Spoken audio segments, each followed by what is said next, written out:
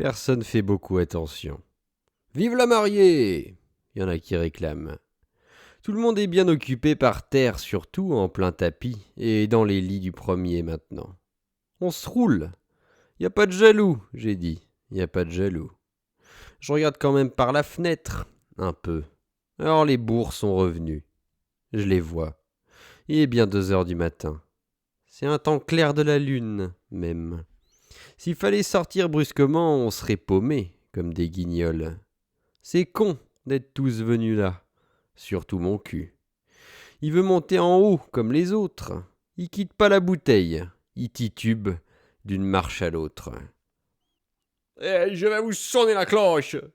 Je vais vous sonner la cloche. Je suis la victoire, moi, les gars.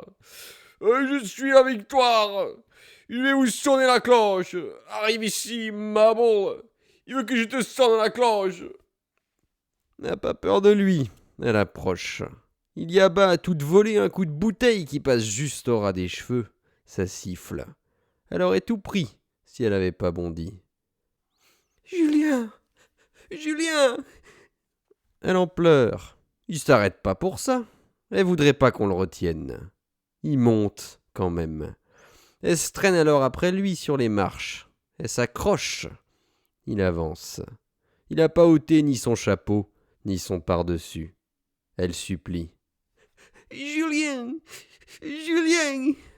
Eh merde! Eh merde! Je vais vous sonner les cloches. Comme ça. T'entends pas les cloches?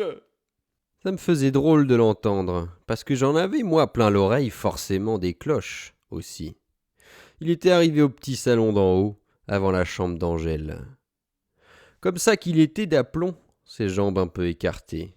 Furieux qu'il était, aussi. J'étais assis, moi, sur le palier. Je pouvais pas le retenir. J'avais plus de force. Le coup qui parle toujours des cloches, ça me faisait revenir tout le bousin de mon angoisse en tête. J'y tenais plus. Je le regardais, seulement ça me donnait un bazar de bruit à partir des oreilles jusqu'au ciel. C'était un monstre, ce mec-là. J'aurais bien été chercher Cantalou et Rodriguez et Borot qui étaient si forts. Mais ils étaient tous en bas en train tellement de hurler qu'on pouvait pas m'entendre, et je pouvais plus bouger non plus. Il me fascinait, faut le dire, le mon cul. Dans la pièce en face, c'était la chambre. Il y avait Sophie et le petit René et Angèle qui se reposaient à travers les coussins et le plume, tout déshabillés, c'est-à-dire. Quand elle voit l'autre, alors Angèle, elle se lève. Et l'autre y recommence. Eh, je vais sonner les cloches. Qu'il a fait.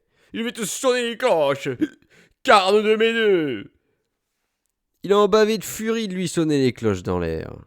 Et sa bouteille alors, elle tournoyait si vite que ça faisait un cercle de reflets autour de sa tête, et ça sifflait. L'Angèle se redresse et s'excite alors de le voir comme ça. Carne de mes deux, qu'elle lui dit. Carne de mes deux. Mais t'en as plus seulement une et pourrie, qu'elle lui fait. Tu bedonnes et puis c'est marre.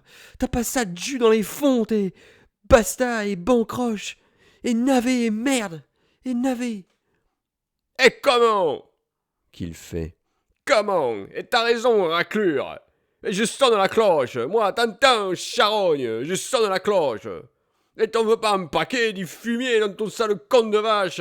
Eh, dis, et t'en veux, hein? Dans ta tinette, t'en as jamais graissé d'une belle saucisse?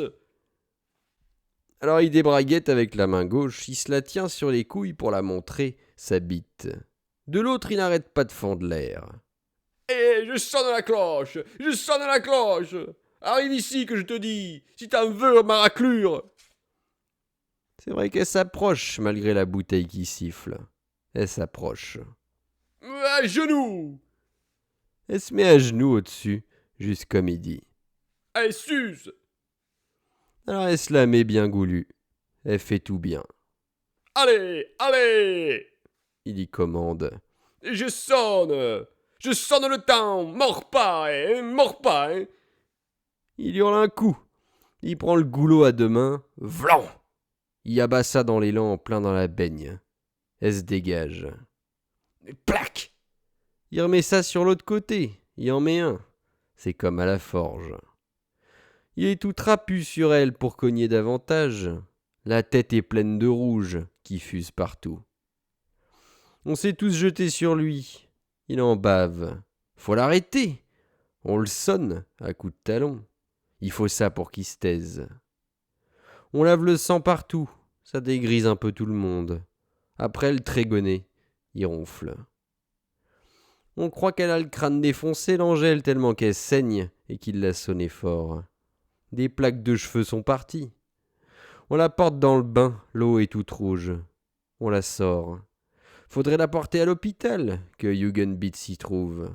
Mais nous, on veut pas. Elle a pas le crâne fêlé quand même, le crâne seulement le cuir qui est parti. Ça saigne encore, mais moins. Elle bat la campagne, Angèle. Elle se débat. On est autour à lui poser de la glace. C'est peut-être interne, l'hémorragie. Qui dit Jugenbitz. Il est salement pas tranquille. Il manquait plus que ça.